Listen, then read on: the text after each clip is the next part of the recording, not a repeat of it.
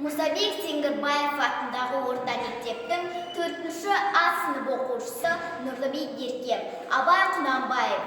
Өлең сөздің патшасы, сөз сарасы, қиыннан қиыстырар ер данасы, тілге жеңіл, жүрекке жылы тиер. Теп-тегіс жұмыр келсін айналасы.